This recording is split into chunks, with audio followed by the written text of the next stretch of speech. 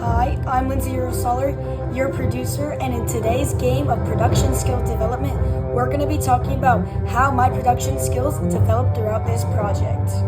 So, let's begin. Level 1. Okay, level 1, we're going to talk about planning. So, I had to coordinate times, shots, and choreography. This taught me the importance of organization, a skill I didn't really have much beforehand. I'm not a very organized person. I don't really clean that much, but I had to organize this or the project wouldn't really work out. So that was the first step, kind of minor, but we got through it. All right, level 2.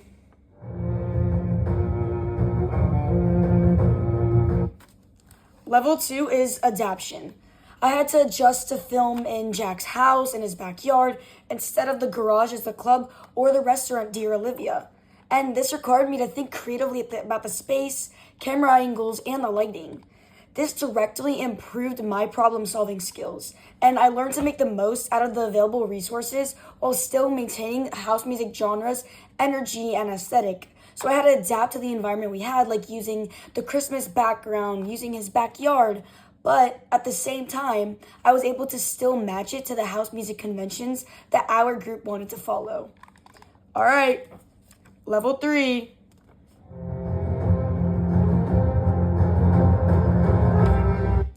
Level 3, time management. I'm going to be extremely honest, our time management wasn't really good. This level was very hard to pass. Filming late on a night during the school week on Wednesday at 9 p.m., going all the way to 11 was very stressful, and this meant I had to stay focused despite the fatigue I was facing that night and the limited lighting we had due to the extremely dark outdoors.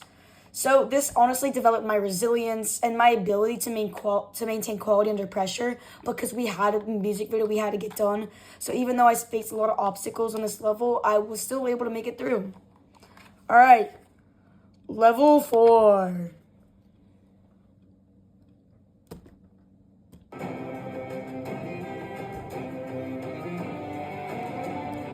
Collaboration. So collaborating with the team kind of taught me a lot of communication skills and how to manage multiple aspects of the production at once. I wasn't just playing this game by myself, I was playing with others. So learning to give and take feedback based off their recommendations honestly helped me improve the final product, but also my interpersonal skills in working with the team. So it was very important that we were able to work together and maintain our communication, or we would have never gotten through the project or the level. All right, finally, level 5, last level, hardest level.